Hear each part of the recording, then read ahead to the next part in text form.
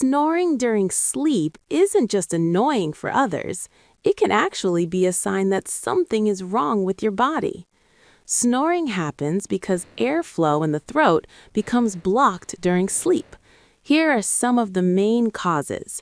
Number 1, sleeping on your back, the tongue falls backward and narrows the airway. Number 2, excessive fatigue. Throat muscles become too relaxed. Number 3, excess body weight.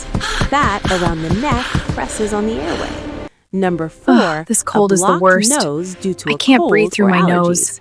Number 5, smoking habits or drinking alcohol before bed. Warning: if snoring is accompanied by pauses in breathing, or you often wake up feeling tired, it could be a sign of a serious sleep disorder. Try changing your sleeping position and maintain a healthy lifestyle. Share this with a friend whose snoring sounds like a motorcycle engine.